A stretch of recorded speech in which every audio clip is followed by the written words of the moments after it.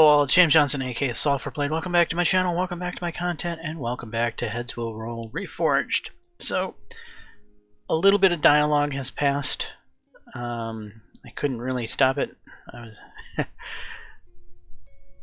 It's okay, you didn't miss that much. Basically, the dialogue explained that Northampton didn't get the house he wanted. And Lord Canterbury got the house instead of him. That's basically the dialogue that was skipped. So here we are, talking to the prince and the earl about a wonderful plan. And here he is, the reliable person you asked to bring. James, my boy, the conqueror of Cambrai himself. Good to see you, James. As you yourself should understand, we called you here for a reason. There's a very important task that requires a smart person to carry out. Of course, for an appropriate reward. You can always rely on me, but only if I can rely on you too, if you know what I mean. For a second, an awkward silence hangs in the room, and you already begin to regret what you said. However, after exchanging meaningful glances, the Earl and the Prince both grin. Reputation check passed. He's clearly not that stupid, that guy. You bet. I wouldn't trust him with our business otherwise. You're right, James. There's a matter, then there must be a reward. Moreover, you have already shown yourself capable more than once. Digging in his pocket, the prince fishes out a small clinking pouch and tosses it on the table in front of you. 75 florins. Well, as you can see, you can definitely rely on me. Now, it's your turn to prove yourself, so listen up. According to the prince, despite the seeming inevitability of a big clash with the approaching French army, in reality, neither side wants to initiate a battle. The hastily assembled French army is far from being as strong as it might seem at first glance.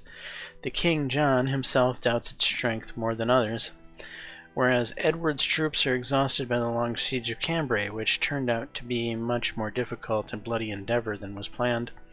In addition, the defeat of Thomas Marshall's detachment, which was previously sent by the king to delay the advancement of the French and buy us time for the assault, turned out to be extremely painful for the English army. Edward understands that by and large the military adventure has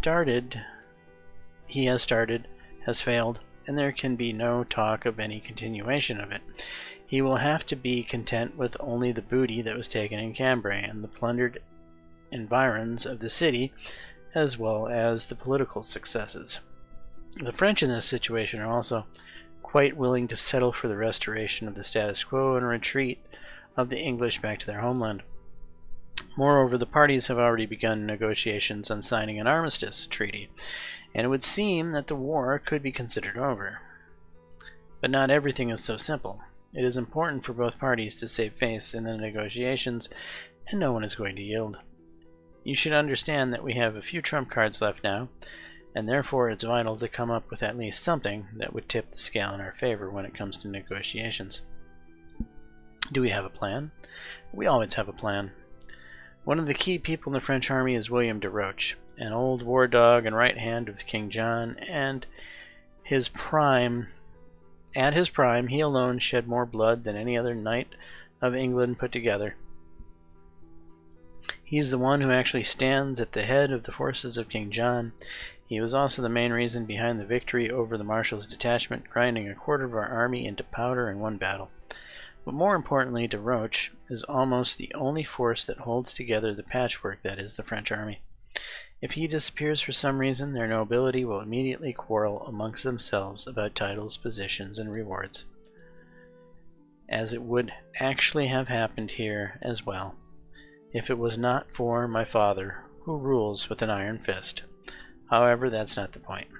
Without de Roche, their army will slowly but surely fall to pieces. And that means, the prince looks at you pointedly, as if urging you to continue his phrase, that means that it's time for him to meet his ancestors. Exactly. Fortunately for us, de Roche has already looked death in the face 100 times and is used to laughing at any danger. Every morning he starts by detouring the French position, and in some places rides up to the walls of the fortress a little closer than he probably should. The task is simple. Shoot this son of a bitch. It would be quite problematic to make sure a shot from a bow, and therefore it would be quite problematic to make such a shot from a bow. Therefore it would be better to find a good crossbow and some heavy-duty bolts. It would be even better to smear them with some rubbish or poison to ensure death when they hit. You, as I see, are not that stupid, and hardly plan to spend your whole life running someone else's errands. Take this as an opportunity to prove yourself. It doesn't matter to me who will shoot and from what. If you are confident, do it yourself. If not, find a good marksman. I think there are enough of them in the army. The main thing is that Desroches must die. This is the only thing that interests me, and this is the only thing that should interest you. This assignment is not just a whim of mine. This time the initiative comes from you-know-who, and there should be no failure. Is it clear? Of course. That's great. Also, I think I don't have to remind you that if you miss or hit him and he survives, then this precious opportunity would be lost forever, because Desroches won't make the same mistake twice. Don't let me down. New quest added, For Whom the Bell Tolls. Alright, so here we are. I'm gonna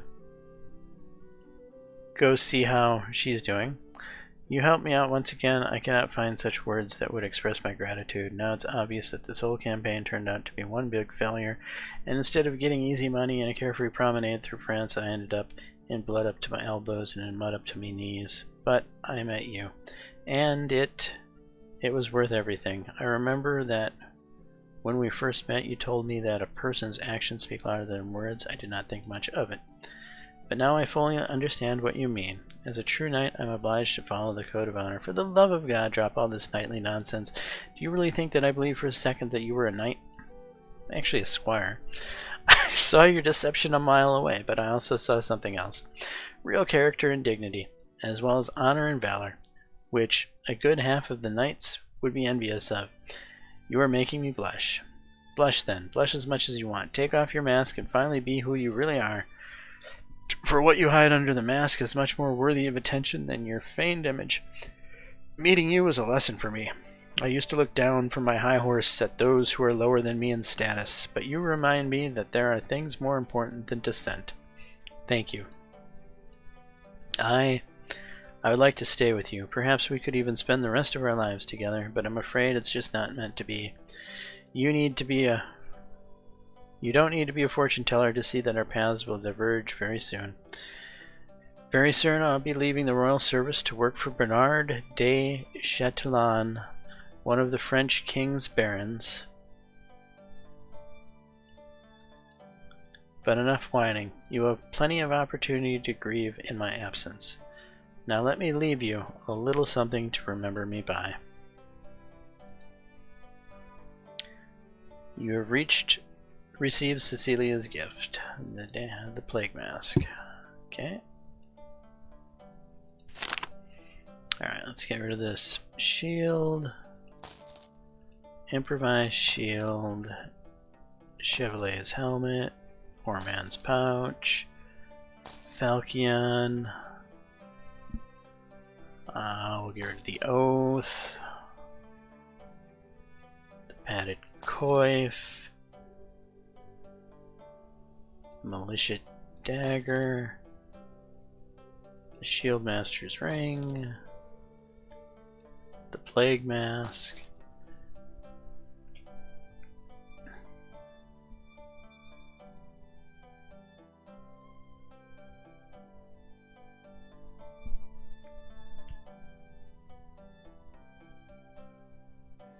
Poisoned winged bolt. I'm gonna buy that. That'll come in useful here very shortly. And these Fletcher tools. Alright, camp activities. Socialize Sergeant. About those boots and sheaves. And over boots. Okay. And do you know any good crossbowmen? The Earl loaded me with another errand of his. Ha, is it something very important again, isn't it? Let me guess, he's out of wine again? Nice try, but I'm afraid this time it's indeed really serious. I'm in urgent need to find a good crossbowman in the camp capable of making an accurate shot at a long distance. At a very long distance? We have a lot of good crossbowmen, but judging by your tone, I think you were looking for someone really special, right? Bullseye. This shot will be difficult, and there will be no second chance. I need someone I can fully rely on. Yeah, it's not an easy task, but you've proven yourself well, and people respect you, so I'll give you a hand. Reputation with the soldiers, success. I will find you a marksman, come around and see me in a couple of days, and I will suggest the most suitable candidate. Yep, it's been a couple of days. About that good crossbowman, how's the search going?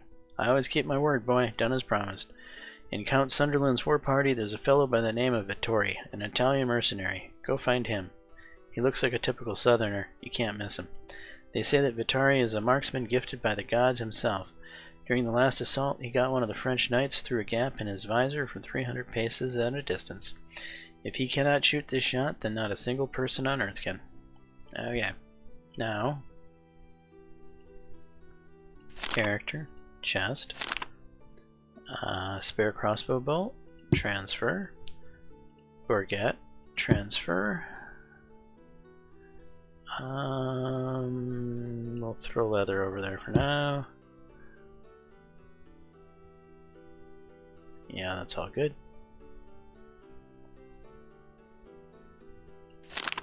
Inventory, we're gonna toss this on because we're about to be training. We're about to be able to train agility and stuff, so we can put that on now.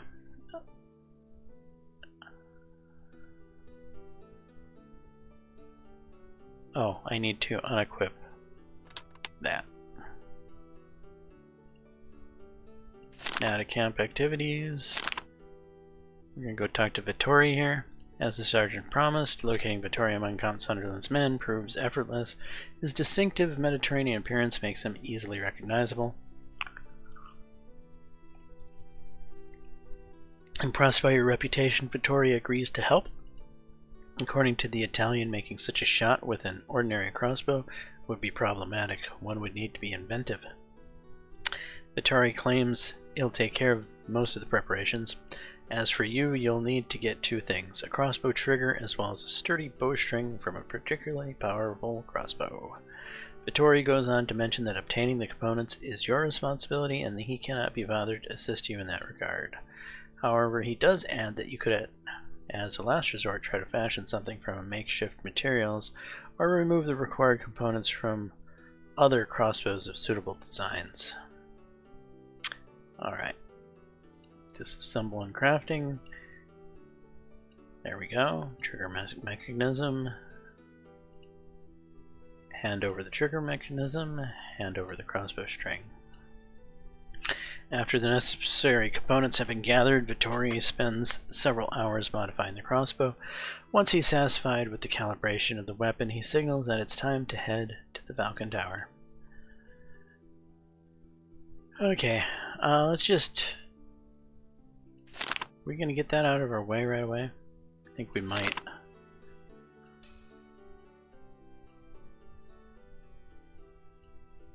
Okay, then let's do it.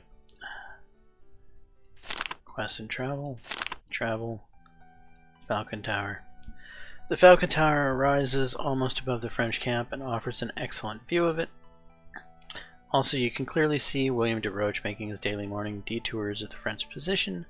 However, now standing on the tower and looking down, you clearly understand that hitting him from such a large distance will be not difficult, but incredibly difficult. And it's not just about the distance and the moving target, but also the strong fickle wind, which can easily throw the bolt off its trajectory. Shooting with the light crossbow is out of the question, and you should ditch hunting bolts. You obviously need something heavier here. And you should probably find a more experienced marksman as well. Hiding early in the morning at one of the embrasures of the Falcon Tower together with Vittori, you look out for Sir William, who is about to appear on a hillock near the camp. After a few long minutes of waiting, you notice a stately horseman leisurely circle the perimeter of the French camp. You hand the poisoned bolt over to Vittori. The Italian carefully loads the crossbow, then comfortably stations himself at the embrasure, throwing up his weapon and prepares to fire. Vittori is in no hurry and aims for what seems like an eternity. You already wanted to snap him out of it, but as soon as you open your mouth, there's a click and the bowstring throws the bolt forward with a whistle. The calculations turn out to be perfect. The bolt hits the target, throwing the rider off the saddle and to the ground. Kicking up a cloud of dust, he rolls down the hill to the French tents. "It's done," Vittori says, grinning. "That's how we shoot in Italy."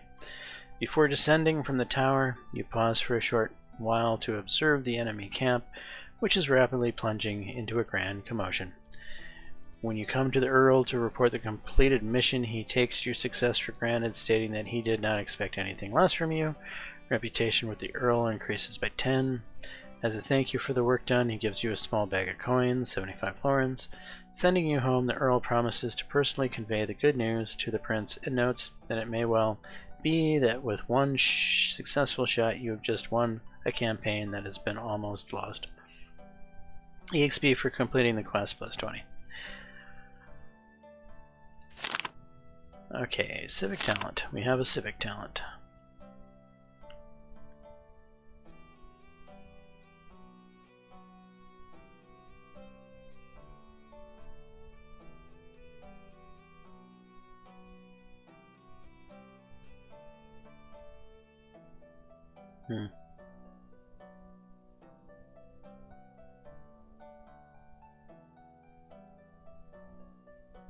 I'm gonna go with Huntsman. Are you? Yeah. Okay. Are we a little tired right now? Okay, we have some free space over here.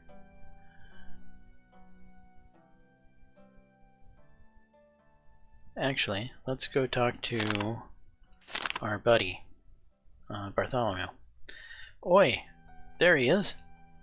The capturer of Cambrai, the vanquisher of the French.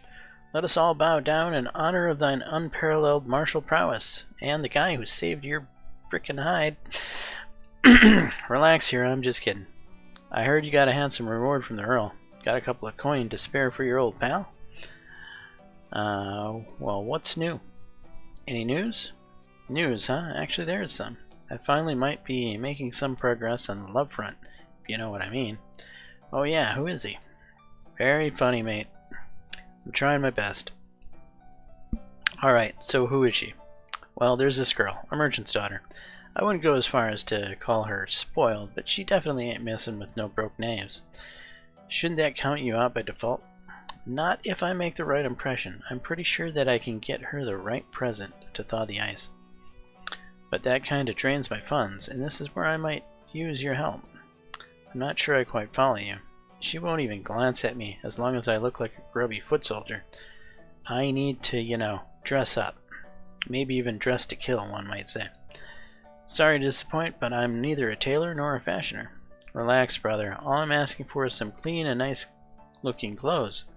A pair of fancy shoes, perhaps, an elegant bell, or an ornate cloak. Hell, I'd even settle with a hat with a feather in it. You know you're selling a hat with a feather in it. Just saying. Sounds doable, I guess. See, piece of cake. Almost forgot. I'll also need some bling. Some what? Christ almighty, some bling, like maybe a ring or a chain or something? I saw some rusty old chain near the barn the other day. It might still be there if you hurry up. Very funny, mate. You know what I mean. You won't let me down, right? I'll see what I can do, I guess. Great. I'm counting on you then. New quest added. Dress to kill. Okay, Bart? Can I buy your, hunter's hat? And then, about your outfit. You got the stuff I need? Some clothes and a ring or chain, or remember? Here, have your hunter's hat. I still need a chain or ring, remember? Here, have this golden cross pendant I've been hanging on to. Great work, mate. Thanks a lot. Now just wish me luck. Good luck. Okay.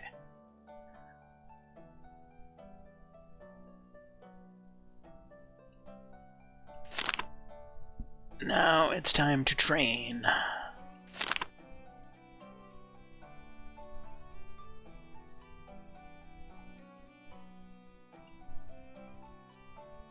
And travel. We're gonna go scavenge. You get out of the camp and go to the surrounding forest to replenish your supplies, heading towards the unknown adventures lying ahead. You recover 158 fatigue. As you move through the forest, you suddenly notice a glint of metal at the top of one of the trees. Taking a closer look, you realize that it's coming from a magpie nest, which apparently contains something valuable. Climb up the tree? Okay. Covered with numerous twigs, the tree looks like it would be easy to climb. And you get into action. With a steady grip on the twigs, you rush upwards. Strength, luck, check, passed, fatigue level increased. Deftly clambering from branch to branch, you easily reach the top. Agility, luck, check, passed, fatigue level increased. Having reached the top, you snatch the valuable shiny thing from the nest and return safely to the ground. Coordination, luck, check, passed, fatigue level increased. Once back in safety, you get to examine the loot closer. It's a black stone ring. Fatigue recovery for each kill 30.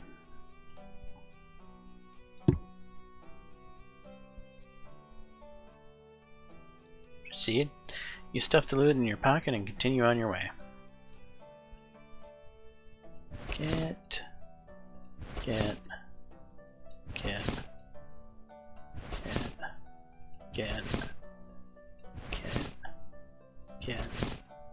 And get. And proceed. Using your hunting equipment, you score some game to sell for money. Hunting sword success, 35 florins received. Thanks to your talent on Huntsman, you managed to get some game for sale, 20 florins received. On your way back is unexpectedly blocked by several thuggish-looking peasants. They demand money for traveling along what they call their road and promise not to hurt you if you pay. The passage fee is 589 florins. No, you'll pay me. But sharing your money with a bunch of brazen peasants is the last thing you're going to do. Negotiations are clearly reaching a dead end, and the issue will have to be resolved by force. Sadly, I'm tired.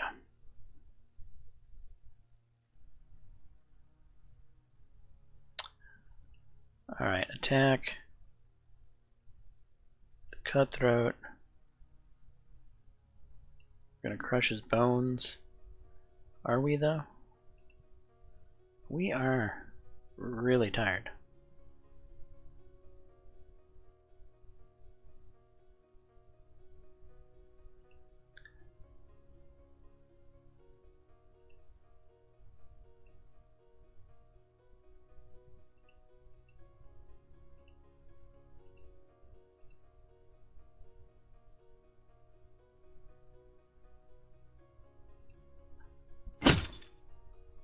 Just gonna batter him. Thank you, game. Let's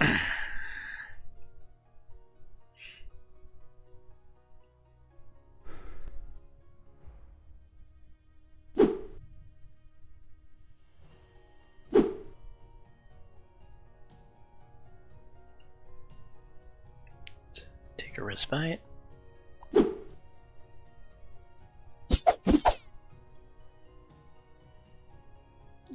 Could you stop that, please?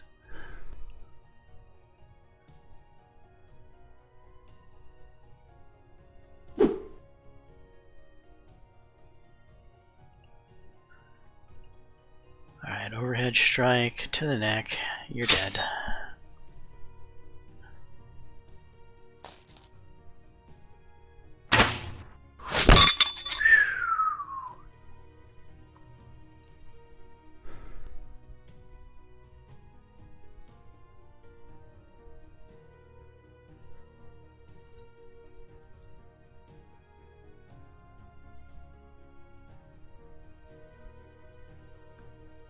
So climbing around like a monkey for that ring did a number on my fatigue.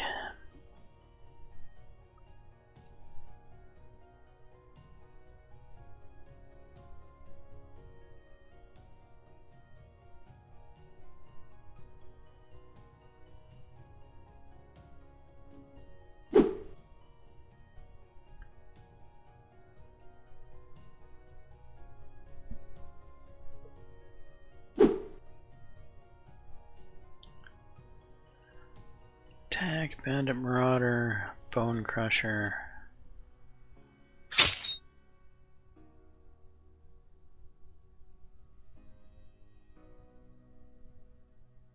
Recover.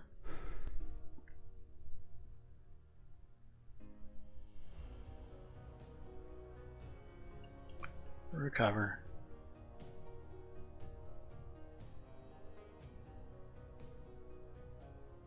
Respite.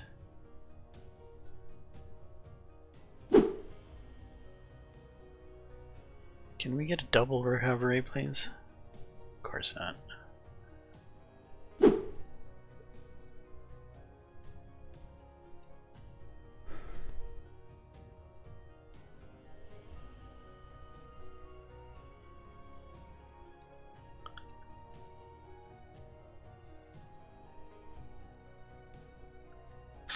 Bonk him on the head.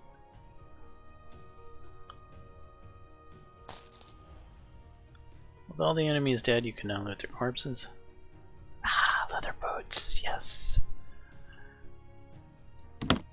Well, actually I went salvaging just to get the leather to make the other leather boots, so...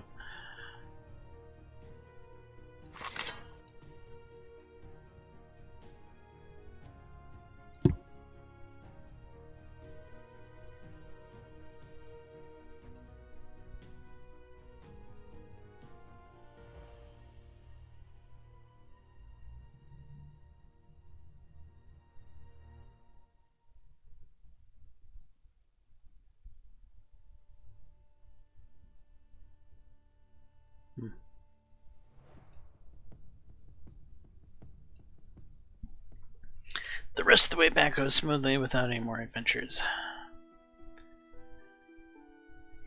I'm thinking I want to keep my virtue high, as I've never been able to get that justice sword.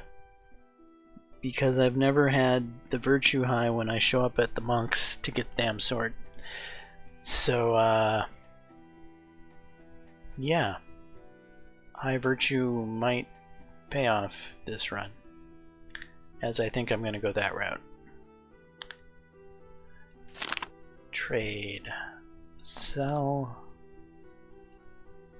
Sell. Sell the ring I spent so much energy to get.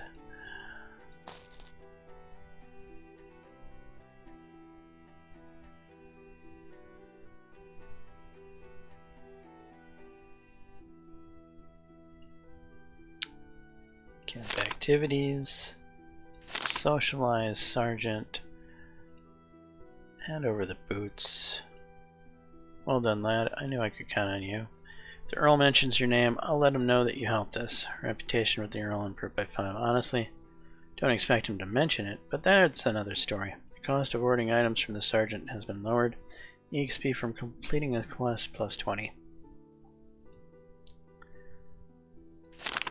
How am I looking virtue-wise? I'm at 68. I'd like to get a little higher. So obviously I can't use the brothel.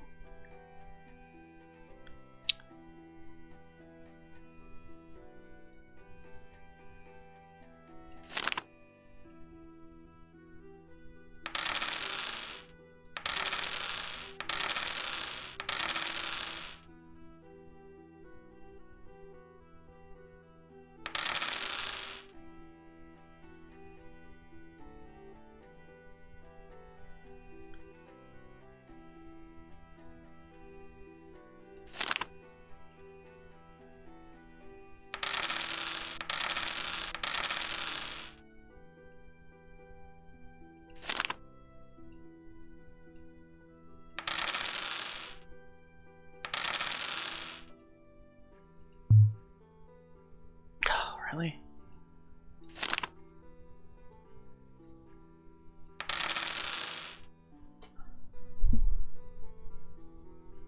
Several months into the campaign, your habit of looting the bodies of slain enemies for anything even remotely useful becomes widely known among your comrades. The fact that you always get the best spoils does not sit well with many of them. On one occasion, a group of half a dozen approached you in a camp, eager to have a talk with you. Surrounding you from all sides, they give you a friendly pat on the shoulder and remind you that War is a team effort, and since one soldier cannot win a battle alone, one should not claim all the loot for themselves. Thus, they conclude that it would be greatly appreciated if you recognize their contribution, and just as God decreed, share some of your wealth with your fellow colleagues. Alright, you agree with their point. Share some of your money with them. And I'd also like to remind them that I often win most of these battles by myself. You guys just kind of sit there in the background and get killed. Anyway, so 100 foreigners lost, but my virtue has increased. Of course.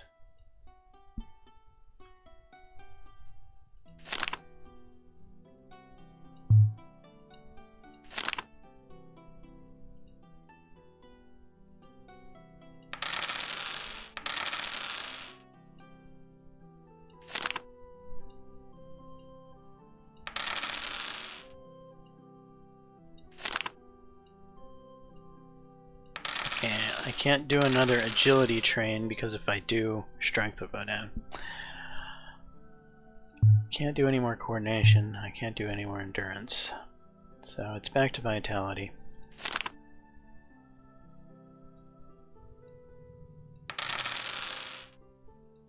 Honestly, I'd probably be better off going with sparring. Oh, you're right. Sparring doesn't... Oh! I'm at weapon skill of 20. Sparring did jack diddly squat except make me tired. For no damn reason.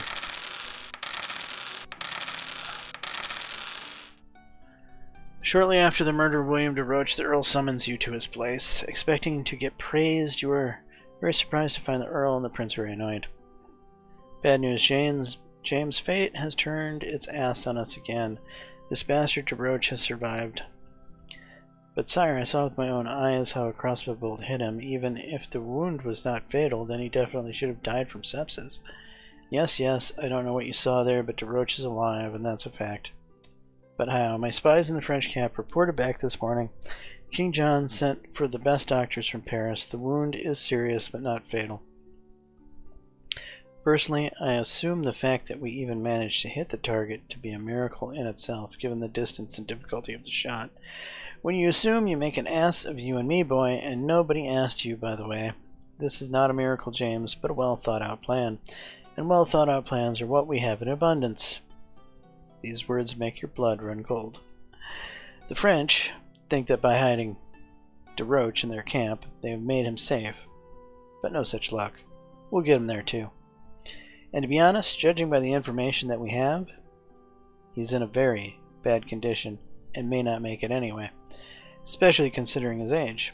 I think it's his age.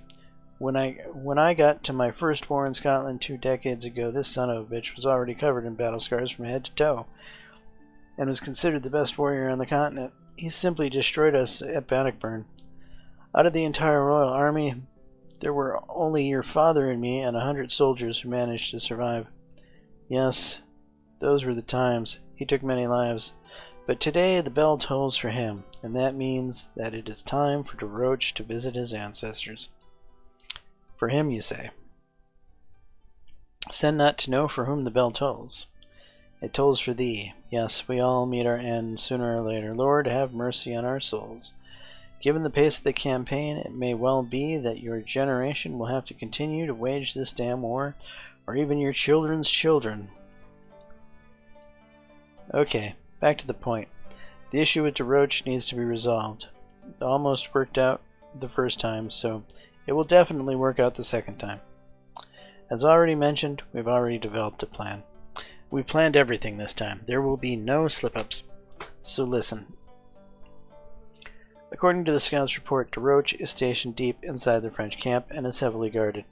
It would be impossible to sneak in. According to the prince's plan, the group number 1 will distract the French late at night. A large English detachment will launch a diversionary attack on the French camp and try to set it on fire. When the battle ensues, the English will begin to retreat, creating a false sense of success in the enemy, which they will almost certainly try to develop, withdrawing even more forces from their camp. Under the cover of all this confusion, the second group will sneak into the camp, and then will need to quickly get to de Roche's tent and end him. In this scheme, you are assigned to the role of the commander of the second group. You will lead your people to the camp to find and kill DeRoche. A great plan. I think so too. I don't. Thanks for sharing your opinion, James. We'll be sure to reach out to you if we need any more of your peasant insight. You can go, James. Get yourself ready. New quest added. For Whom the Bell Tolls, Part 2.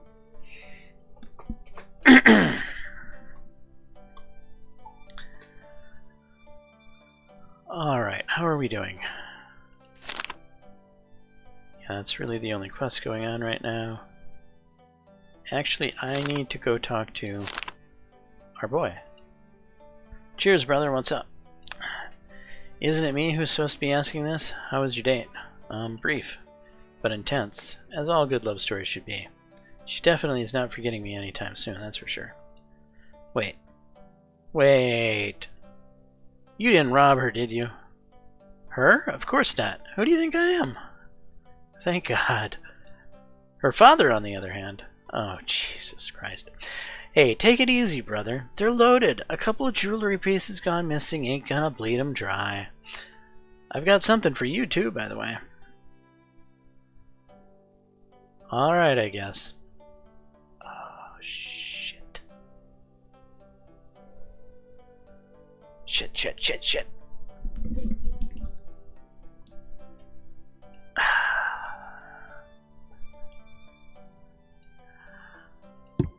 I didn't want to do that.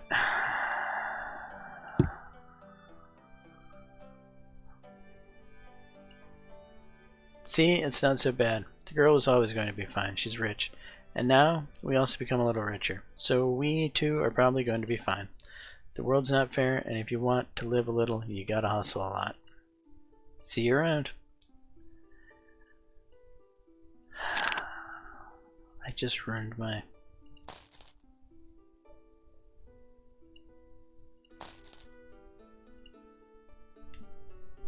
Do I keep this golden cross around to give me 5 virtue?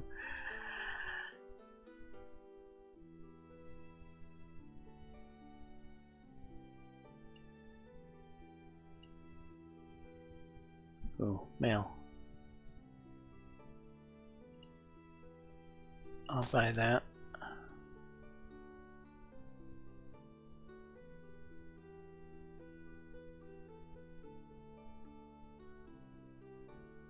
Alright, sell the poison. I can't afford the virtue hit to apply it.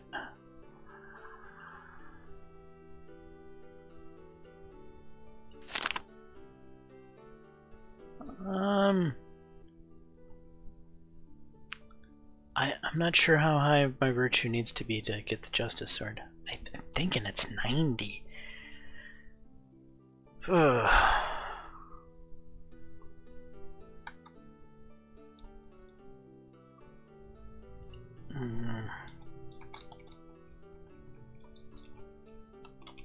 Let's go roll Justice Sword virtue virtue requirement.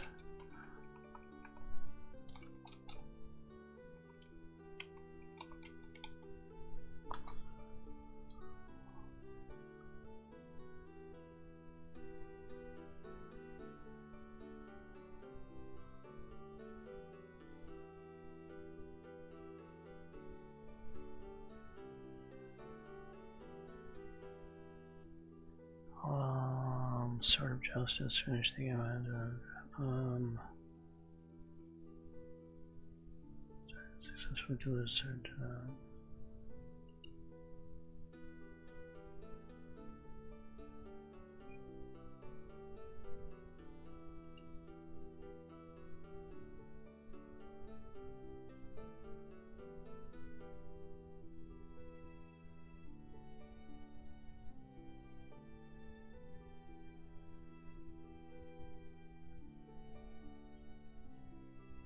Game really needs a decent wiki, that's for sure.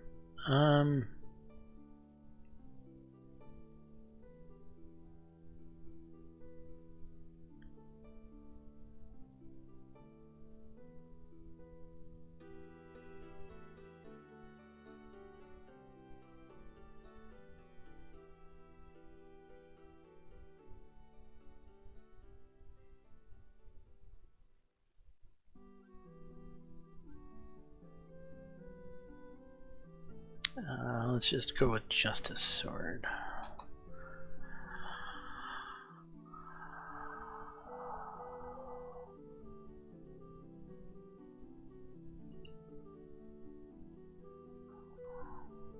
I don't care about the achievement.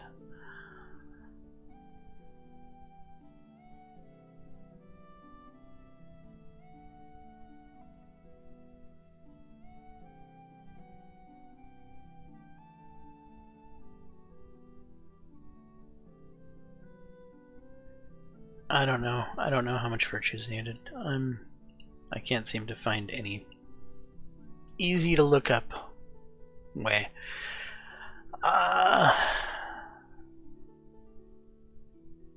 Could be like 75.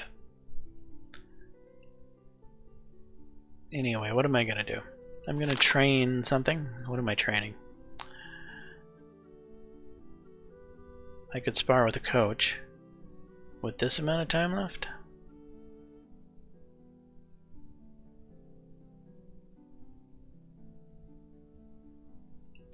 Yes.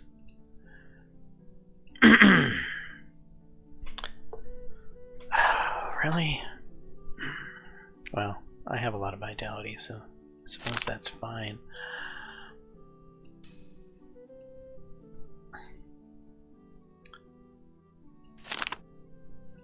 Rest.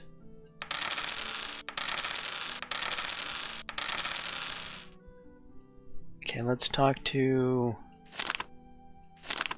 Bart. Cheers, brother. What's up? What's new? Any news? Any news? Yeah, something's up.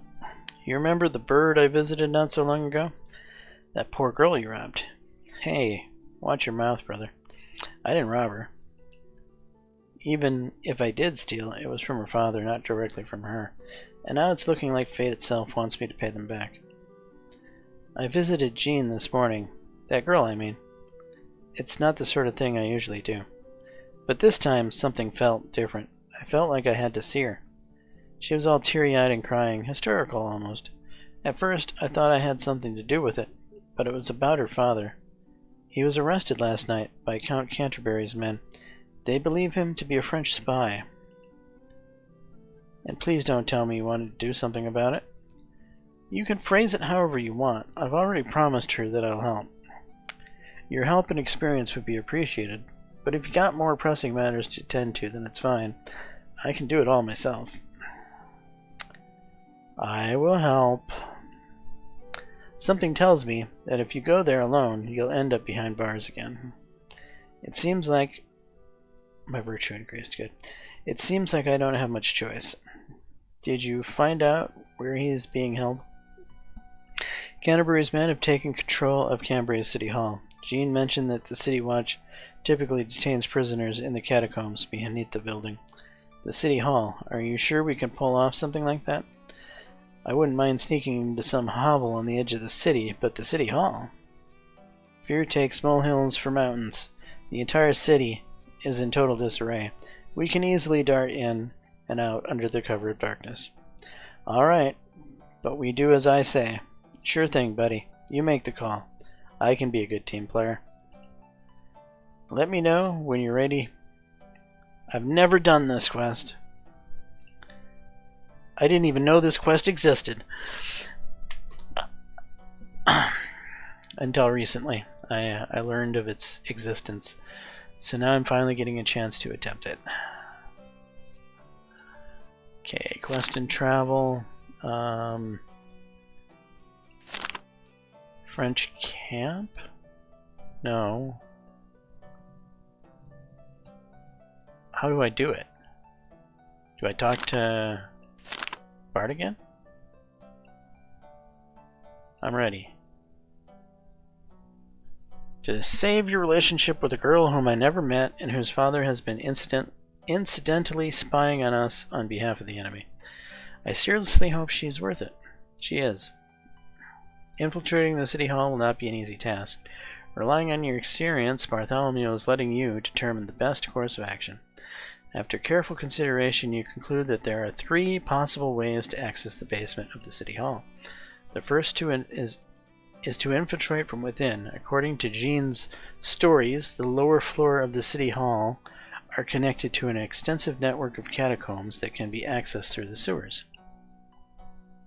The plan seems quite feasible, unless of course one manages to get lost in the underground passages, or worse, stumble upon their inhabitants. The second option is to blend in, taking advantage of the darkness. You could attempt to pass as a local and enter the city hall directly through the servants' entrance. Accessing the inner chambers while dressed in ragged gambesons would be problematic, however. The elite mercenaries guarding this area would quickly see through your ruse. I'm not dressed in ragged gambesons. And the third method, of course, is a bribe. As they say, money always finds its way.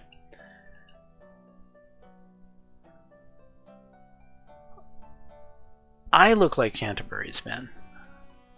Will Bart look like Canterbury's men? That's the question.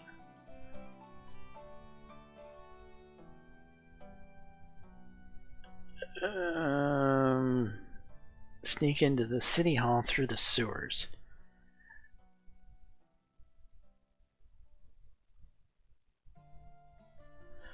I'm going to try to pretend to be one of Canterbury's men. Without exception, each mercenary comprises the Count's retinue was an experienced soldier. You could tell by the excellent weapon equipment they were carrying, as well as their penchant for barbaric luxury. In other words, they all fit a certain mold, and that would not be easy to replicate. However, you reasoned that the night was just thick enough for you to blend in with them. The trick works. You manage to slip past most of the guards unnoticed, and the few who do notice you mistake you for one of their own. Prestige success. You successfully infiltrate the city hall. Once inside, you start looking for a way down to the dungeons where the prisoners are likely kept.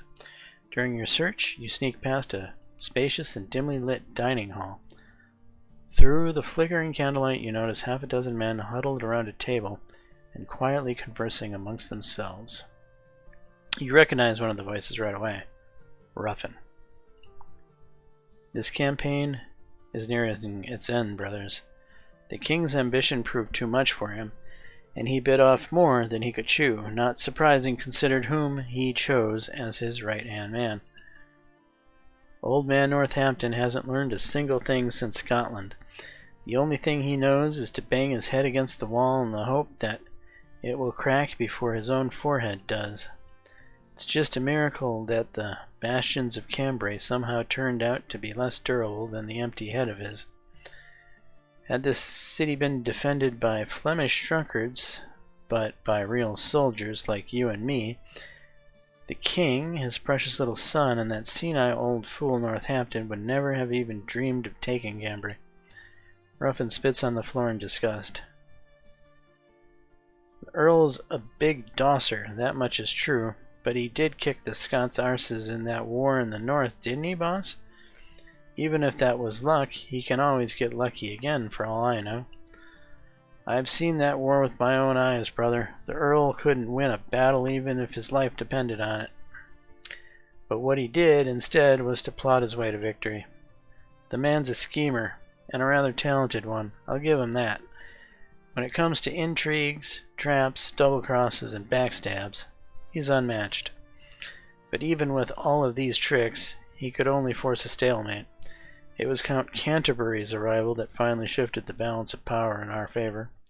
Northampton might have pulled off a few fancy moves, yes, but he definitely wasn't responsible for defeating the Scots. If the Count's such a smart fella, why is he always playing second fiddle, boss? That's about to change.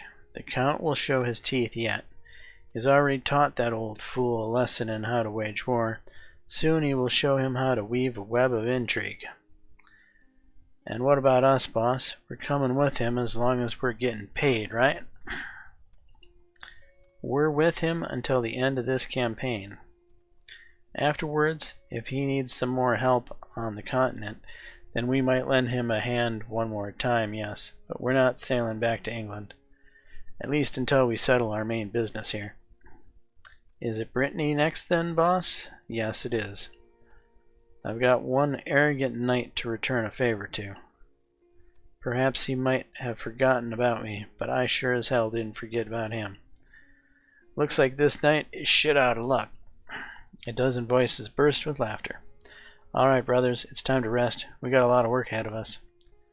They say the French king has brought the best knights from all over his kingdom under the walls of the city. I've seen those knights, nothing to brag about. The tougher the enemy, the bigger the glory. Bartholomew and you remain hidden in the shadows on the opposite of the entrance to the hall, waiting for the conversation to end. The faint candlelight eventually goes out, and one by one the figures start to leave. A few seconds after the last of them had disappeared around the corner, you leave cover and resume your search. Finding the dungeons proves to be difficult. Exhausted from wandering in the dark, both of you are starting to worry. Emboldened, you descend into the dungeons. Your joy proves to be premature as you find yourself face to face with two soldiers guarding the prison cells. The quick-witted Bartholomew immediately tries to drop their guard with a fictitious story. However, they clearly aren't buying it, looking at you with increased suspicion with each passing second. Seeing that the situation is starting to take a turn for the worse, Bartholomew discreetly signals you that the time for drastic measures has come. Okay.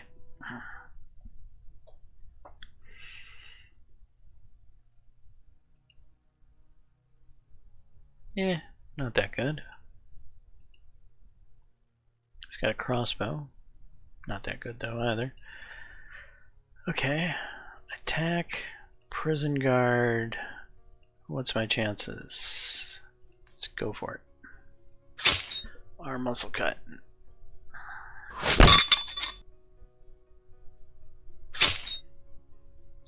Bart, are you gonna stay alive?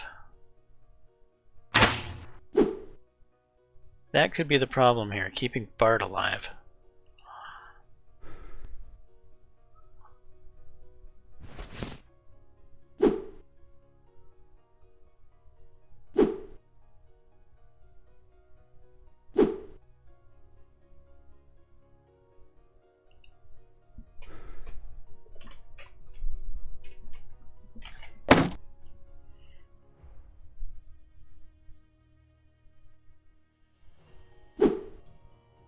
So this guy probably can't hit the broadside of a barn right now.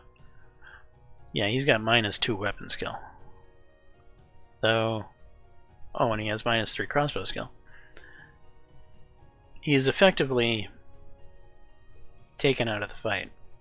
I probably need to focus on this guy to keep Bart alive.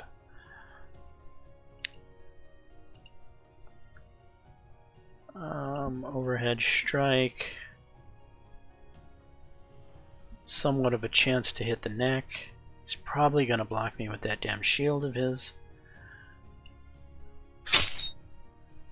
Hey, hey. We got lucky.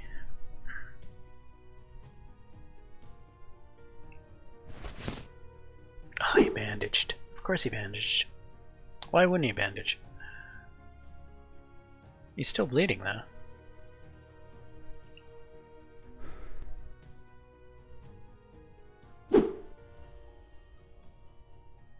He's dead.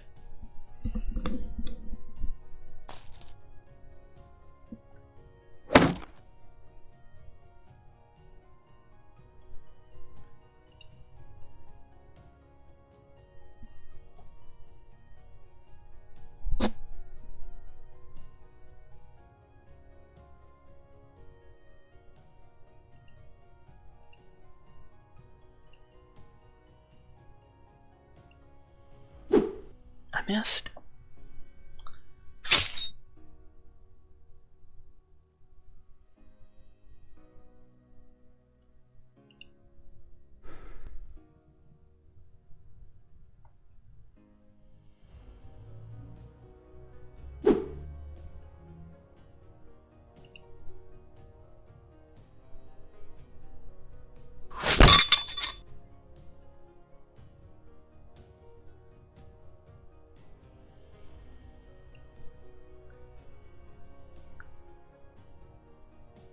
Come on, swing.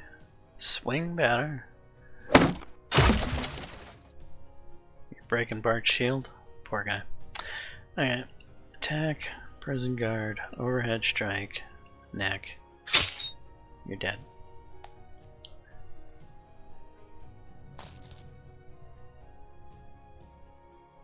Do I loot the bodies?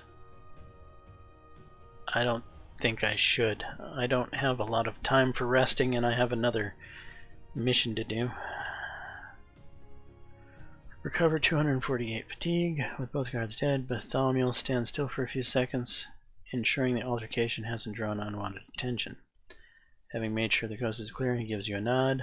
Bartholomew produces a scroll from his pocket, his brow furrowing as he consults it. He then removes a set of keys from the wall and heads towards one of the cells. The metal door creaks, and out steps a man covered in bruises and quaking with fear. After briefly explaining that you are here to save him, Bartholomew instructs him not to make a sound as all three of you make your way back through the city hall. Everything goes smoothly. Once back to safety, the rescued man showers you with gratitude. Bartholomew, too, seems relieved. Well, it looks like we pulled it off after all. I guess I should thank you. I guess you should. Well, thank you then. I don't think I would have managed to do it without your help. I'll be honest with you, my head still refuses to believe that we actually pulled it off. Neither does mine. But what baffles me even more is that we, did all this to impress a girl. But whatever, all is well, that ends well, right? Go tell her the good news. While she's busy celebrating, perhaps you can even steal something else from her. In that case, take something more valuable, eh? Very funny, mate. But something tells me that I've already stolen her most valuable possession, and she did the same to me. I don't think our friend can stay in the city any longer. Bringing him back to Jean would be total insanity after what we've done. Canterbury's men will turn the whole of Cambrai upside down. Neither he nor Jean can stay here any longer. Sounds like you might have a plan. Wait a second. You aren't going to... I am. We're leaving Cambrai at dawn during the changing of the guard. There's a guy who's going to let us out. I've already set everything up. And once we're out, then we'll see how it goes. You don't plan to come back, do you? I love her. Or so I think, at least. I'm ready to take my chances. I don't give a crap about this war anyway. I was only here for the gold and adventure. When it comes to ladder, we've already had quite enough for a lifetime. And when it comes to gold, I never thought that I, of all people, would say this, but there's more important things than gold. Right? Damn. Well, I'll be missing you, friend. So will I. Thanks for everything you did for me. Oh, and I almost forgot. This is for you. I wanted to hold on to this thing, but it would be far more useful to you than to me. Good luck, James. Maybe one day we'll see each other again. EXP for completing the quest, plus 20. Help Bartholomew and Jean escape together. Tarot card the Devil. Well, that's an interesting thing to get. Each kill recovers 10 health. Each kill lowers virtue by 5. Thanks, man. Appreciate it. Alright, let's sell that thing. Goodbye. Goodbye, Joe. You gotta go, mio mio.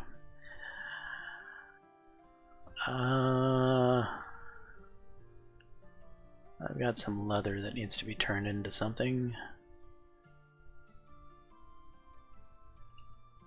Crafting.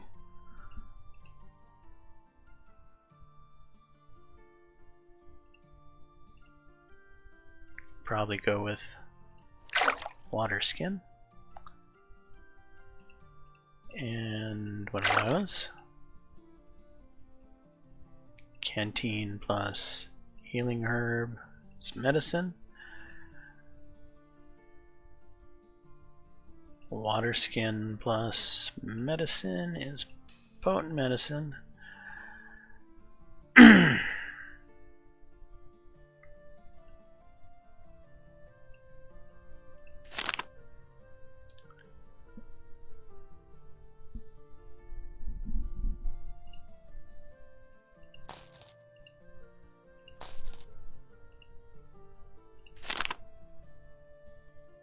Cloth, cloth, cloth. Next tourniquet. Healing herb and canteen.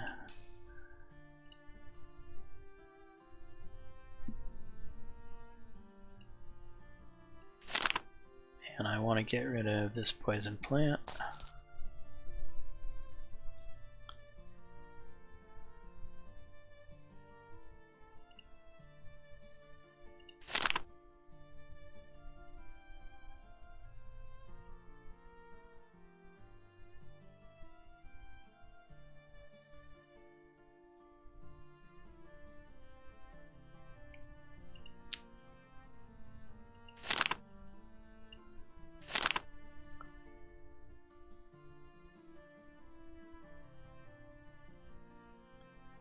I'm just loaded down with medicine, ain't I?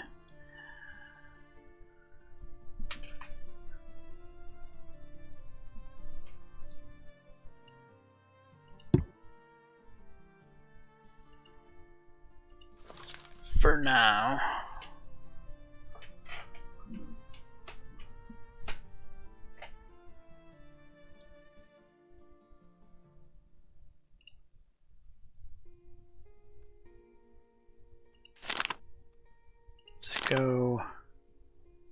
Let's go do away with DeRoach. As you prepare to carry out another insane plan made by the Earl and the Prince, you can't get rid of the thought of this whole venture is simply a suicide mission. To sneak into the heart of the French camp, kill a well-guarded target, and then get back sounds difficult, if not completely impossible. However, you obviously have no choice, and at the appointed hour, when the English troops start the diversion, you, at the head of a small detachment, are preparing to break into the enemy camp. The attack causes great turmoil in the French camp. All battle-ready soldiers are being hastily redeployed to the far side of the camp. Where you plan to infiltrate is left almost unguarded. Much to your surprise, you manage to get inside the camp without fanfare. Reluctantly, you have to admit that the prince's idea seems to be actually working. As you reach the tent where the injured DeRoach is said to be in, your luck suddenly runs out as the entrance is well protected by a group of heavily armed warriors. You have no time to mess around. If you have to deal with the guard, you must do it fast, otherwise they will find reinforcements, and that will be the end of you. You attack with a battle cry.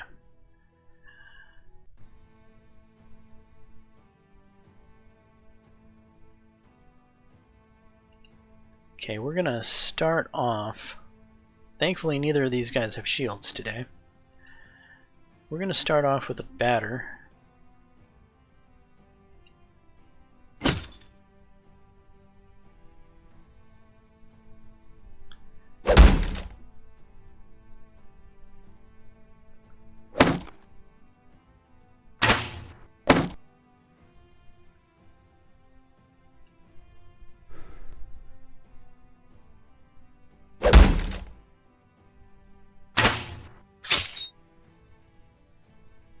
Wait, that hit me. Hey. I'm supposed to be shooting at him, not me. Alright, I should be able to... I could go after the bodyguard with the bone crusher. Got a 98% chance to hit the limb. Let's do it. Arm muscle cut. Great.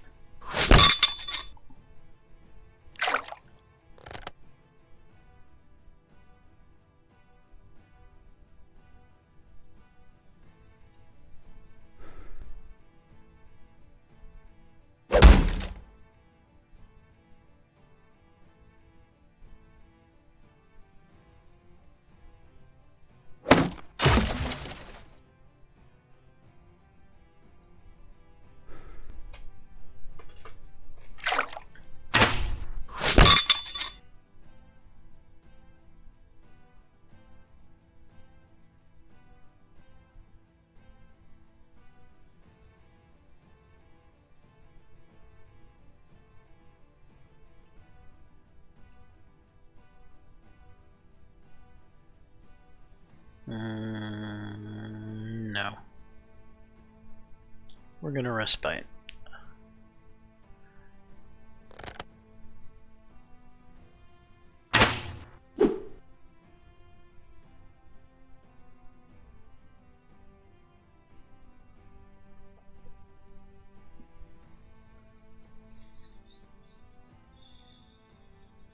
Attack. Let's go after this guy instead. Batter.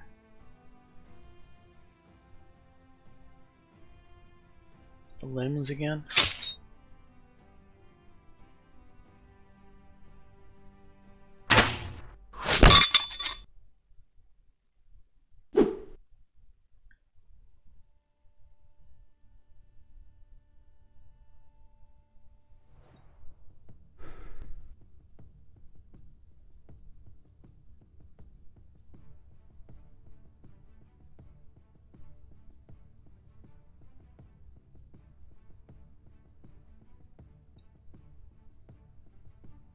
So we have limited amount of time to actually do this fight, so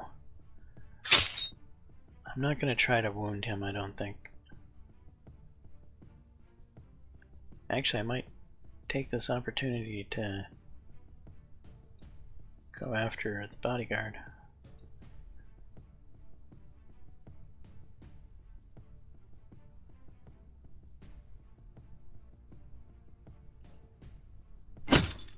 Partially blocked by helmet.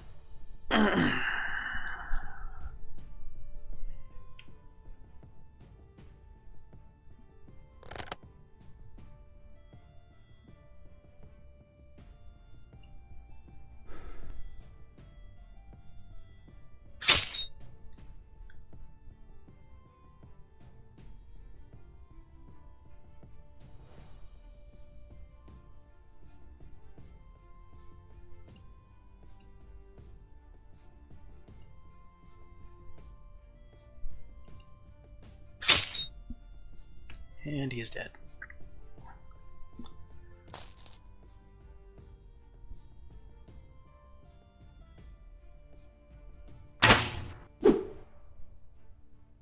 Well, that guy's got a crossbow too.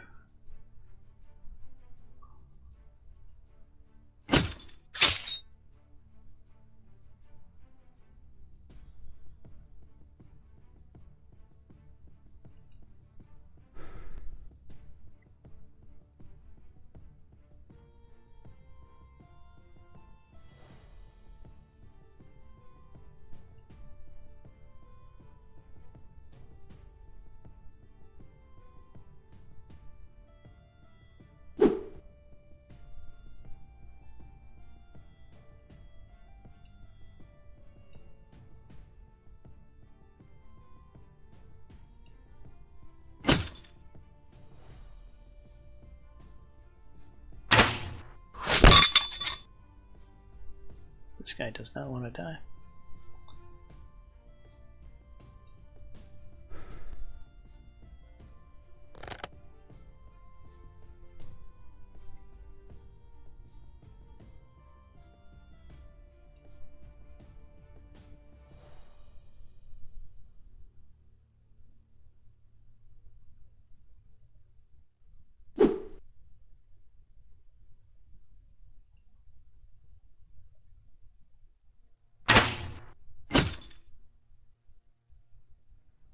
And he's dead.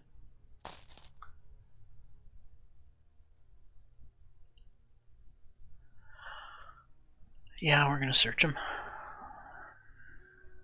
Knightly sword.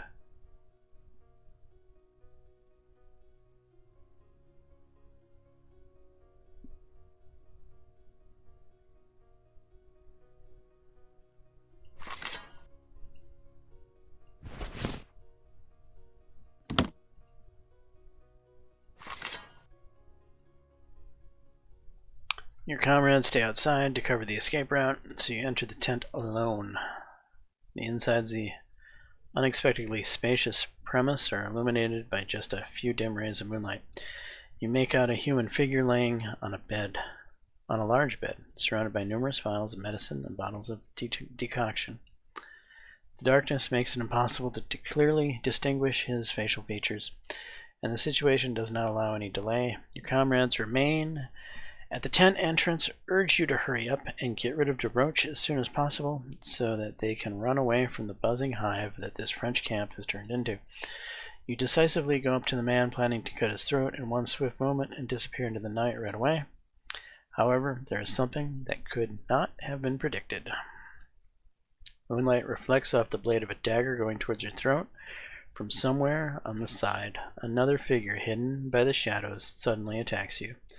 Despite the advantage of surprise, the stranger's attack is inept and you easily dodge it. Agility check passed. After that, you throw the enemy to the side with a powerful kick.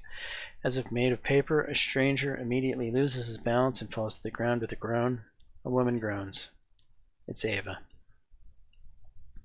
I can't let you do this. I'd rather die. What are you? What the hell are you doing here? The man you were sent to kill. He's my father. Your father? This cannot be. You said that your father is Guillaume de Lambert. And this is William de Roche, the right hand of the French king. William is Guillaume in the English manner. Guillaume Godfrey de Roche, 3rd Comte de Lambert. My father fought in Scotland against the English king. There, among the English, the name William de Roche stuck with him. What the hell? Tears began to run down Ava's cheek. Please, I beg you. He's all I have. And if you kill him, then I swear to God, I'll either stab you in the back with a knife or I'll kill myself. For whom the bell tolls. Do you know what will happen if you kill him? The war will only flare up with renewed vigor. My father strikes fear into the hearts of the English lords by his very presence. As long as he's alive, they will not dare to openly compete with the French army. But his death will untie their hands. Lord, you don't even seem to understand what you're doing. Today you will slit his throat and come back as a hero. Do you know what will happen tomorrow?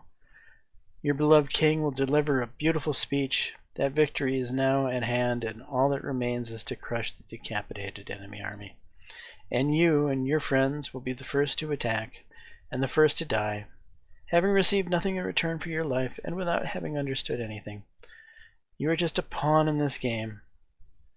Standing before the unconscious De Roche and his crying daughter, with a sword in your hand, you involuntarily recall the Earl's words about the war which is destined to last 100 years, and which even the children of the children will have to fight.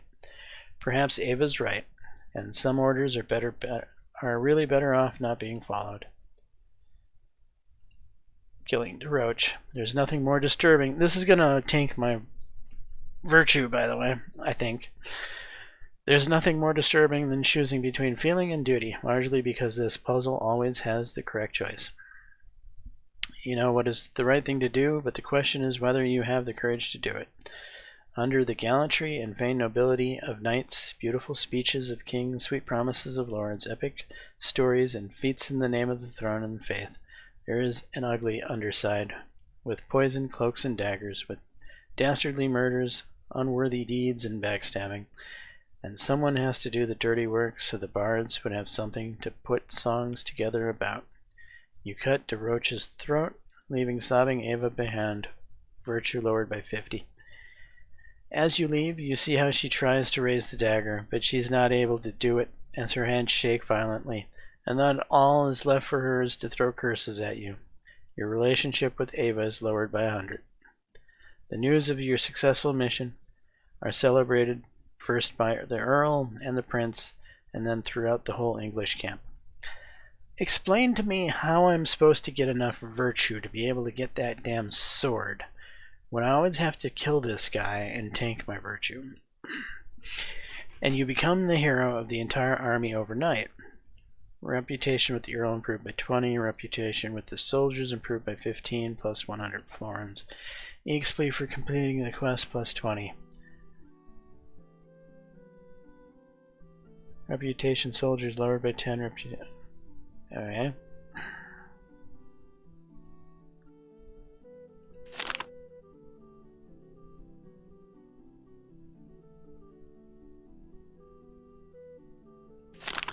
Weapon talent point.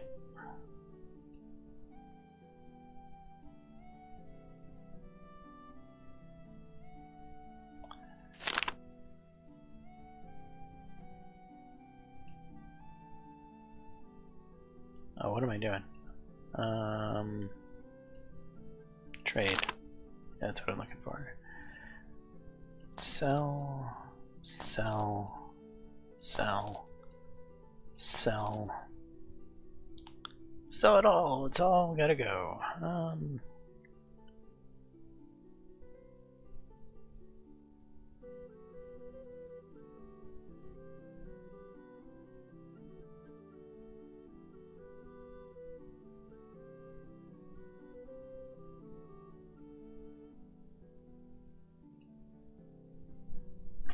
All right.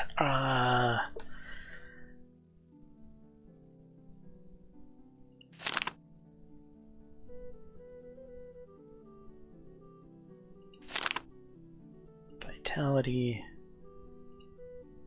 We are going to rest via praying.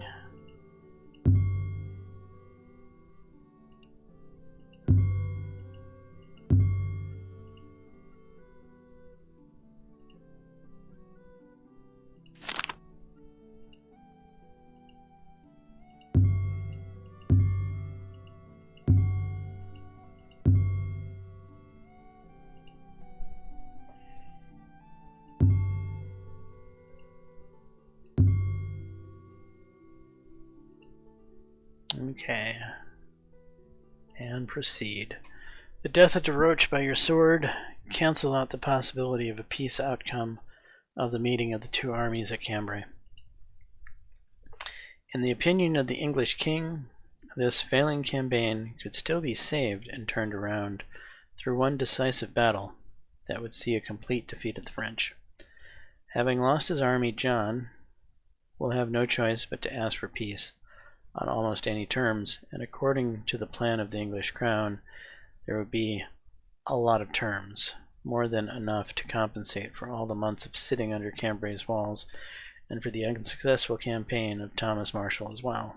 As a result, it was decided to extend the almost finished war for exactly one victorious battle, which will rewrite its entire history.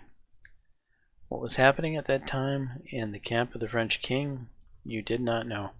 Already a few hours after the death of DeRoche, rumors spread that the French barons were fleeing, leaving their overlord to fight off the English alone. And indeed, while observing the enemy camp from the city walls, you yourself witnessed a lot of movement and various activity in it. However, a few days passed, but the French army did not thin out. The assassination of DeRoche has definitely dealt a blow to it, but it clearly affected mostly the morale and fighting spirit rather than the number of the French. The general jubilation that prevailed among the English soldiers after DeRoche's death soon turns into concern.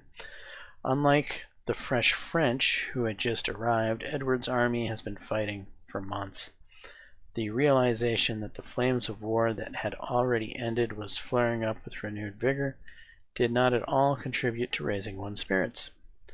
On the third day, when it became completely clear to the English command that the enemy army was not planning to scatter and its own army was rapidly losing its fighting spirit, the king decided not to wait any longer and attack now.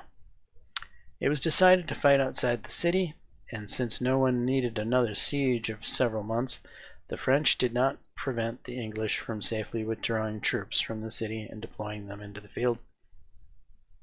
This detail also immediately negatively affects the morale of the soldiers, seeing that the enemy not only does not give up, but on the contrary, behaves so confidently and defiantly, many begin to suspect that something is going wrong. Since the command thinks that the main threat in battle will arise from the attack of the heavy cavalry, the infantry hastily builds defensive positions, earthen embankments, as well as stakes stuck in the ground. You too take part in this work. Thanks to your physical strength and craftsmanship, things are going well, and soon enough imposing fortifications rise in front of your position. You spend the night before the battle, already positioned. Although you are trying to rest, you cannot fight off the intrusive thoughts, and instead of sleeping, you again and again replay DeRoche's murder and Ava's words in your head. At that moment, there was only duty in front of you, service to the English crown, responsibility to the Earl, the prince, and your comrades, which outweigh everything else in the world. But what happened no longer seems so unambiguous to you now.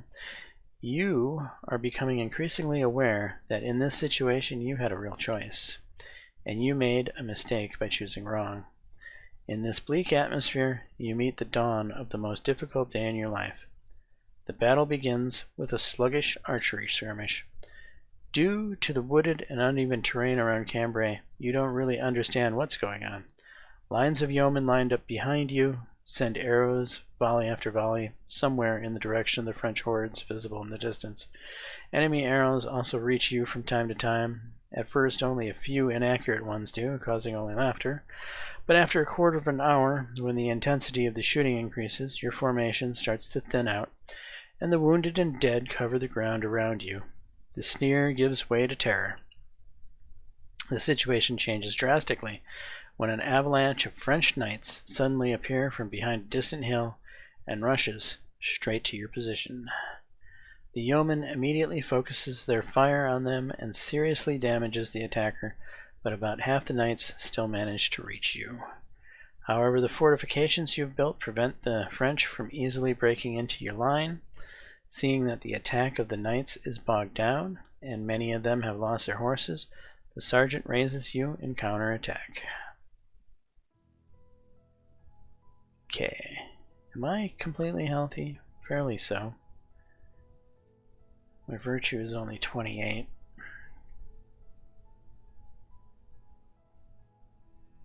I've still got very high rep with the Earl there.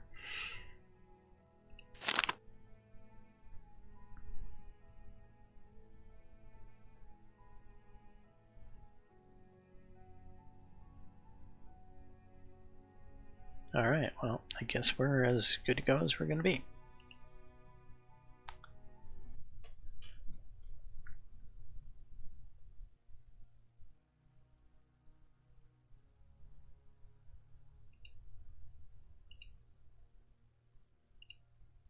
No, not break armor. Bone crusher, 61% chance to hit the limbs. Let's go for it. Leg broken.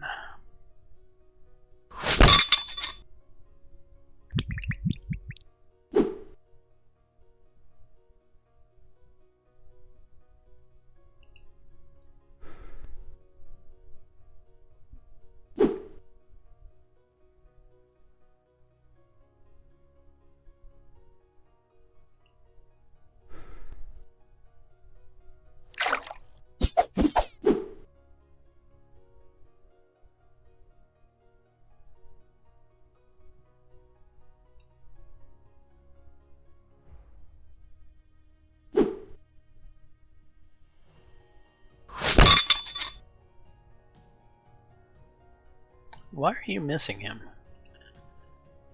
His agility is only 1. You should be able to hit him fairly easily, I would think.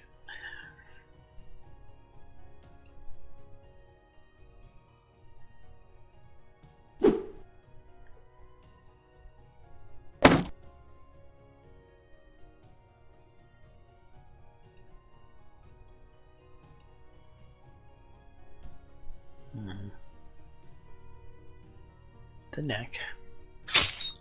And he's dead.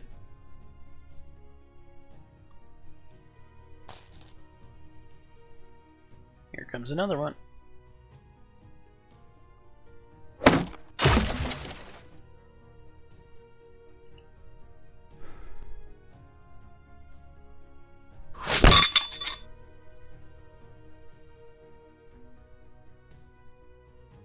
He's stunned.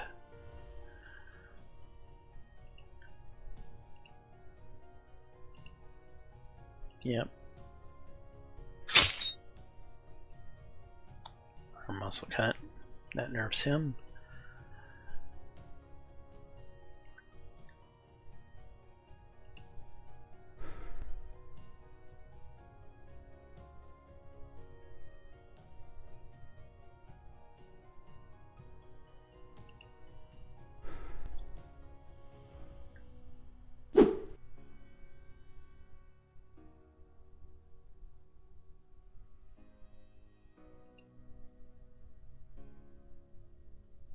Need to stay fresh.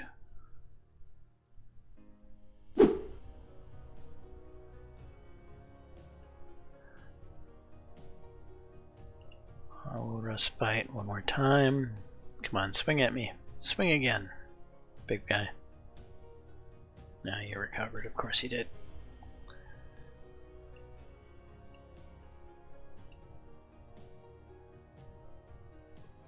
Huh.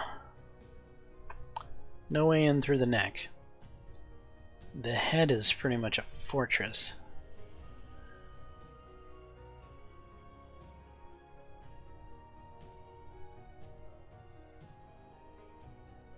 I think we gotta go limbs.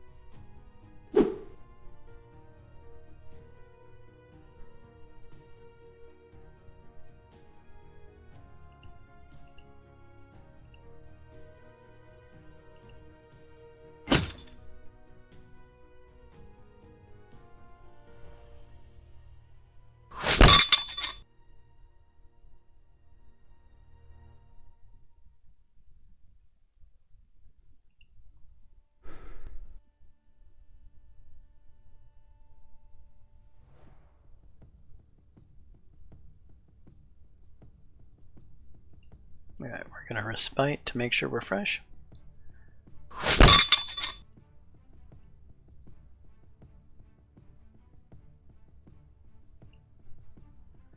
As I do plan to loot these knights. Swing away, buddy, swing away. You're not supposed to actually hit. You managed to hit with 4 weapon skill, huh?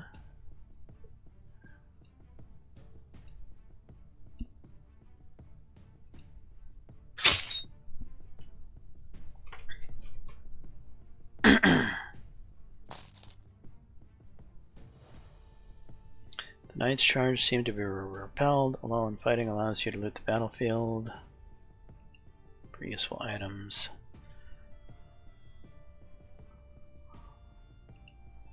I mean, pretty good stuff.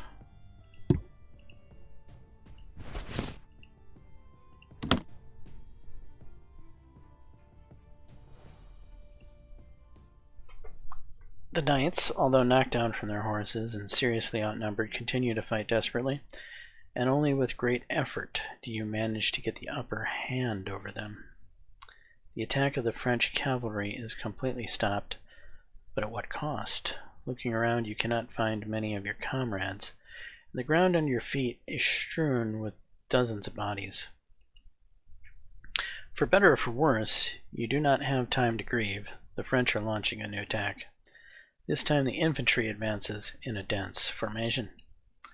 The English archers, scared away by the cavalry, have already retreated, leaving you to defend your position alone.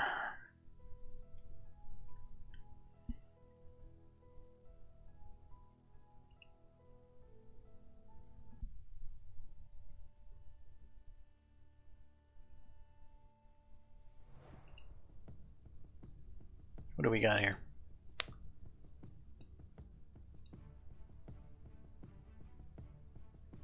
Crossbow back here, crossbow skill at 9. Okay, the arms bearer is our target. We are gonna go after his limbs for now.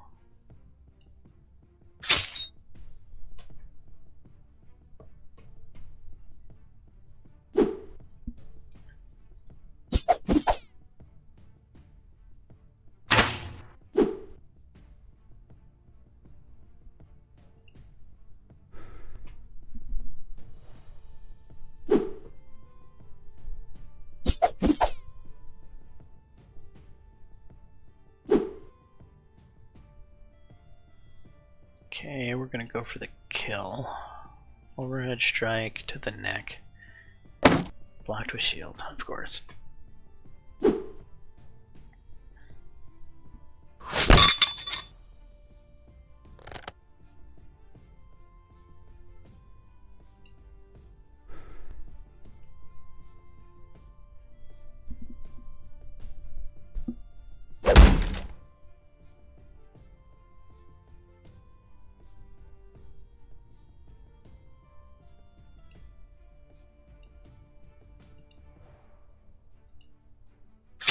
Got him.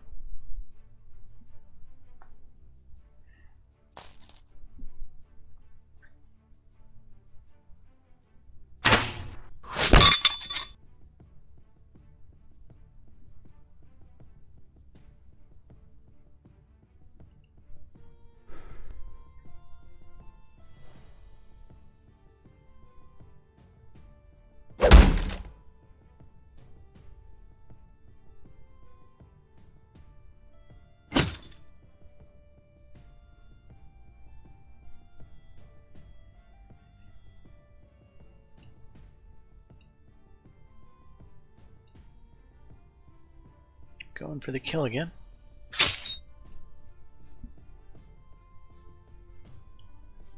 We're not trying to wound people at this point. This fight is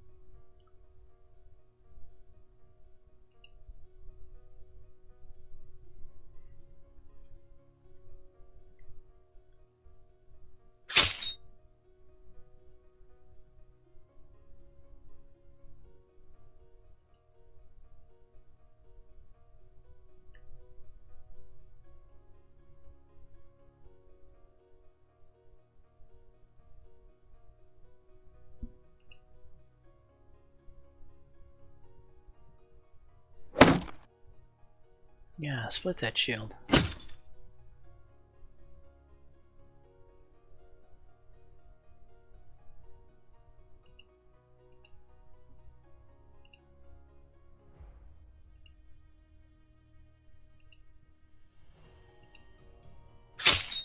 Got him.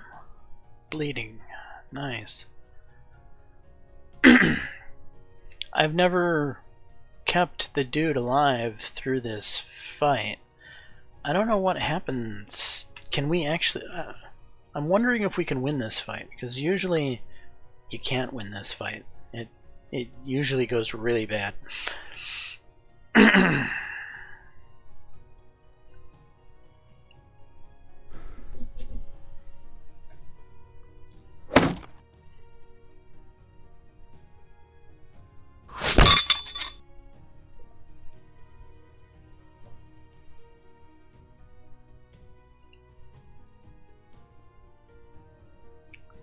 We're doing really well.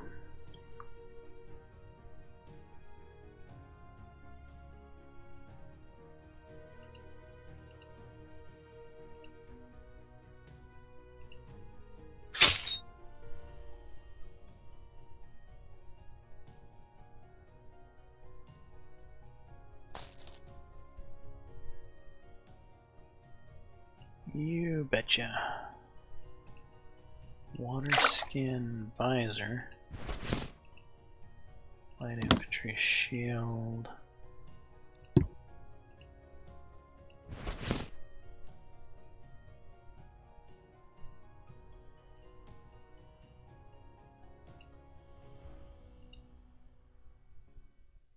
You're fighting to the limit of your capabilities, but the forces are too unequal.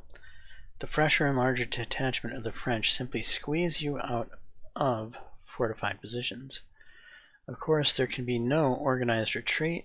The catastrophe comes spontaneously, with the flight of a handful of soldiers exhausted by the heavy battle and surrounded by the French who came from the flank. The two running fighters are joined by a third, followed by a fourth and a fifth, and so on. The firm defensive line begins to crumble like a card house, and what just a few moments ago was a few fleeing people now turns into a mass retreat.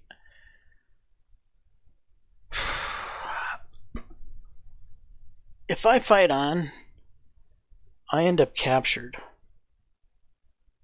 I'm almost positive I end up in jail, and I have to pay my way out. But I still get my stuff. I just lose some money. What happens if I retreat? Do I lose virtue? What is my penalty for running away here?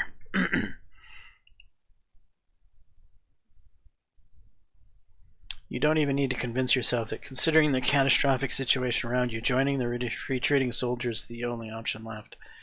You run for your life, leaving behind the sergeant.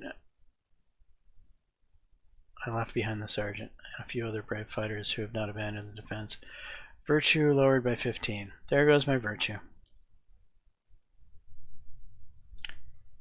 Well, if there was any doubt I wasn't going to have the opportunity to get the there's no way I'm getting the Justice Sword now. In an effort to complete your defeat, the French set out in pursuit of the retreating. Both sides pretty much fizzle out during the fight, and therefore from a sprint, this race quickly turns into a marathon.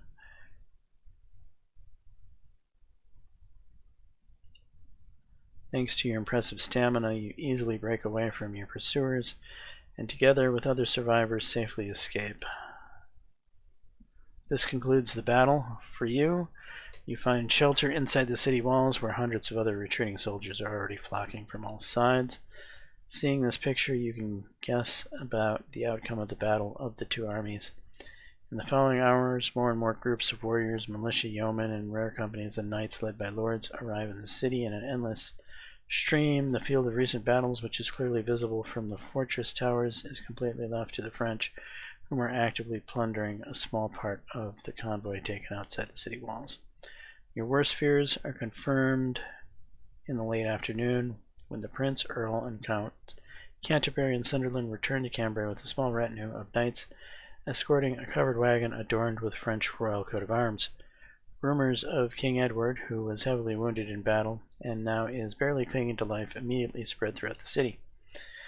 And closer to midnight, when you are on guard on one of the fortress walls, watching the celebration of John's camp, the bells of the city churches one by one start to toll, marking the end of life of another English monarch.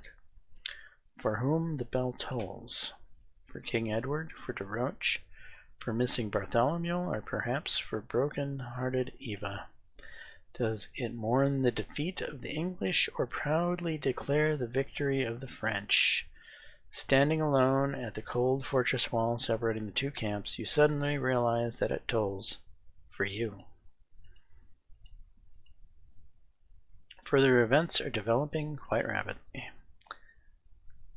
The prince saw no further point in continuing the war, and was much more concerned about an early return to England in order to officially take the throne and avoid a potential crisis of power. But not everyone supported him. The leadership of the English army was quickly split into two inconcilable camps, with a clearly defined war party, a group of influential commanders led by Lord Canterbury and Sunderland, whom demanded bloody revenge for Edward and the continuation of the war to a victorious end. To avoid an even deeper split, the prince spent several days trying to maneuver between different approaches. However, after countless councils with the lords and the exchange of several dozen messengers with the French, he made a decision to make peace. Many people reacted with indignation to this turn of events. However, despite all the efforts of the supporters of Count Canterbury, there was still no mass discontent in the army. Exhausted by a long and rather unsuccessful campaign, the majority of the soldiers and commanders were eager to return home, albeit without much war spoils. After hearing about the conclusion of peace, Count Canterbury, spitting on subordination, left the army, and with a small detachment of his people immediately left for England. Sensing danger, Prince Edward hastily concluded all of his affairs on the continent, dismissing mercenaries and heading over what remained of the army to Thomas Marshall, whom he instructed to return the men home as soon as possible. After that, the prince, accompanied by his closest retinue and Earl Northampton, rushed back to England. Having earned both the prince and the earl's respect during the course of the French campaign, you received an offer to join them and continue your service as a squire. Well, I agree. With the situation not tolerating any delay, you were forced to leave immediately, without even saying a proper goodbye to all the comrades and acquaintances you managed to make. And thus the war comes to a conclusion, and with it your stay in France. While in France you have dreamed of returning all the time, but now that it finally happened, instead of joy and satisfaction, you were filled with mixed feelings. On the one hand, you are finally returning home, safe and sound, in the company of noble people, who you can easily arrange your future life, but on the other hand, the prospects of this very future life seem very vague. From numerous talks with the Earl and the Prince and bits of overheard conversations during the journey back, you didn't make an impression that anything good will come out of the Prince's claim to the throne. Your opponent, Count Canterbury, is one of the richest and most powerful men in all of England. He was one of those for whom the king himself borrowed money to finance his military adventures in the continent.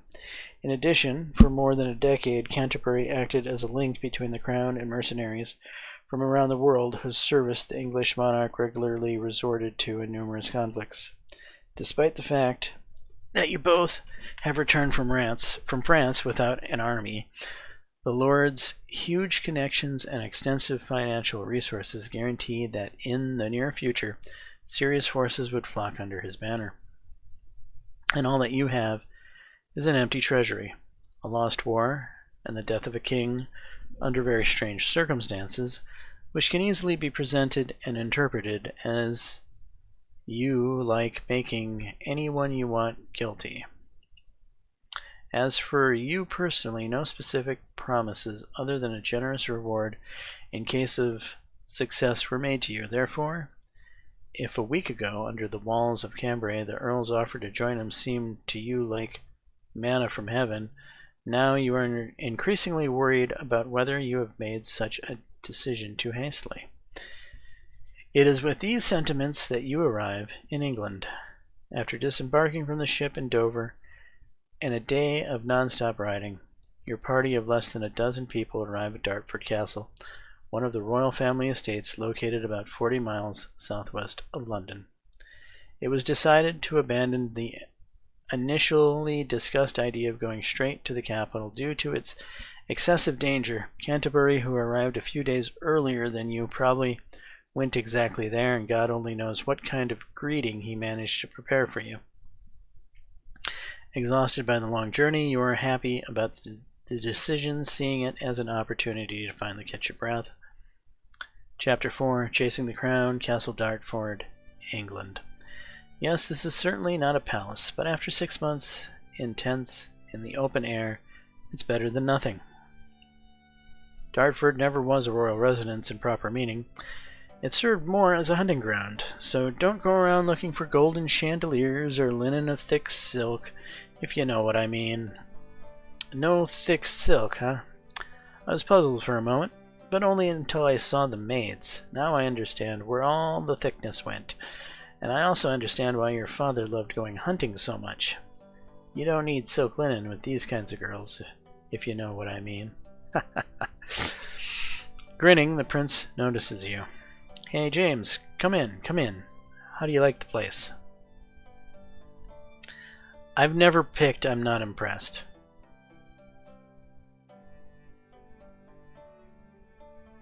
And I'm still not going to pick it. I'm impressed. I've never been to a king's castle before, I'm impressed. This is enough to impress you, then just wait until we get to a proper residence. Your jaw's gonna be on the floor. Ha, this doofus is impressed by anything that has the word royal in it. That's just his yokel nature. You can take a man out of the countryside, but not the countryside out of a man. I'm telling you, show him royal hair on a royal arse and watch him talk about that all day. Alright, let's get to business. The path to the throne, as you can see, starts from somewhere afar. London is only 20 miles away, but I'm afraid those 20 miles could easily be the longest in my life. We'll get there. We definitely will.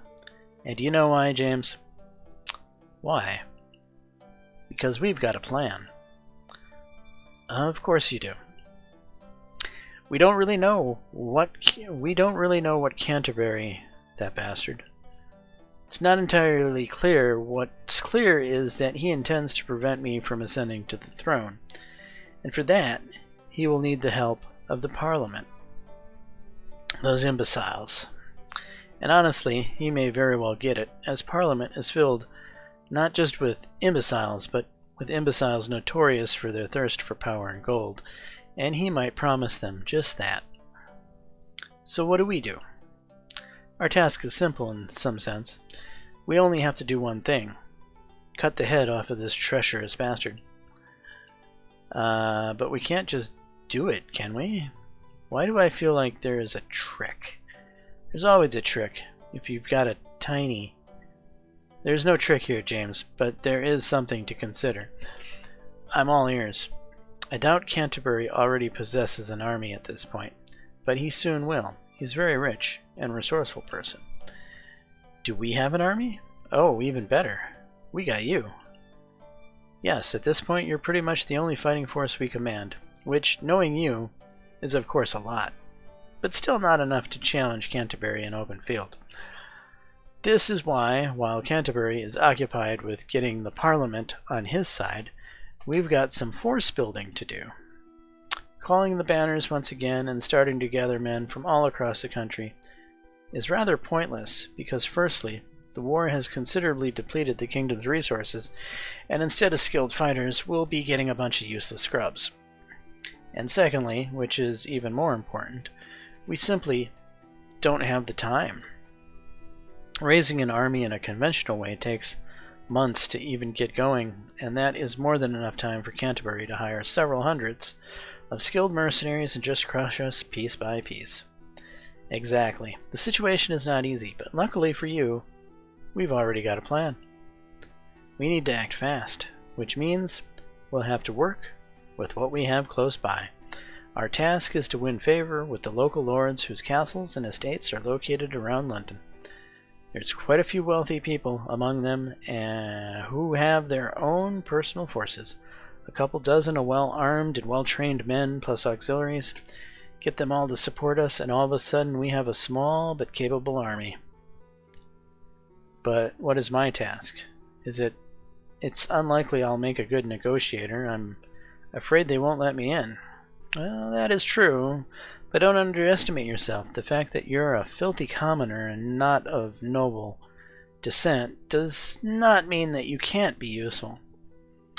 I'll do the negotiation. My good friend Northampton here will take care of the logistics, and you, James, will be occupied with a delicate matter. A delicate matter? Not far from here is Greenwich. There's the estate of the Count of Caldwell. The old man himself is already well over 60. He's somewhat distraught and prefers to live a rather secluded life. He could be a valuable ally. Not him personally, of course, but his men and his estate. Greenwich is pretty much at the doorstep of London, perfectly placed to conduct any operations against the city. We could gather forces there and use it as a fortified stronghold if necessary. But how the hell am I supposed to convince this senile count to do that? He probably won't even want to see me. You're underestimating us, boy. We've got it all figured out. There's just this little detail that you're not aware of yet, James. Huh? The old man has a daughter. During the French campaign, we couldn't help but notice that you were fighting some battles on the love front as well. We even made a bet on how soon that medic girl would brush you off. I thought you wouldn't last a week. I thought you wouldn't last a day. Thanks for that. It's always nice to see the commanders believing in their own soldiers. New quest added. Another genius idea. Impressed by your service and accomplishments, Prince Edward has decided to grant you knighthood. You have received the title of Knight Bachelor. Knighthood enables you to gather and lead your own warband. The sergeant can aid you with finding suitable candidates. You have received a salary in accordance with your rank, You receive bonus payment in accordance with your prestige level. And this is where we're going to wrap up this episode. Hopefully everyone's enjoying the content. If so, please smash that like button, consider subscribing, and until the next time all, peace.